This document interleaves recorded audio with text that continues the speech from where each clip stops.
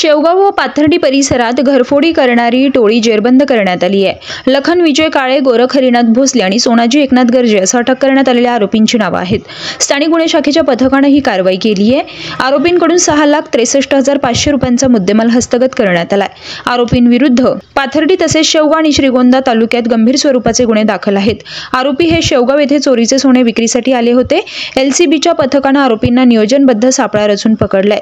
जिल्हा पोलीस अधीक्षक Rakesh Ola, upper police अधीक्षक प्रशांत खैरे, उपविभागीय पोलीस अधिकारी सुनील पाटील यांच्या मार्गदर्शनाखाली स्थानिक गुन्हे शाखेचे पोलीस निरीक्षक दिनेश आहेर, पोलीस अंमलदार भाऊसाहेब काळे, रवींद्र कर्डिले, संतोष लोंढे, अमोल कोतकर, बाळासाहेब खेडकर, संतोष खैरे, अमृत आढाव, फुरकान शेख, प्रशांत राठोड, संभाजी कोतकर यांच्या पथकाने ही कारवाई केली आहे।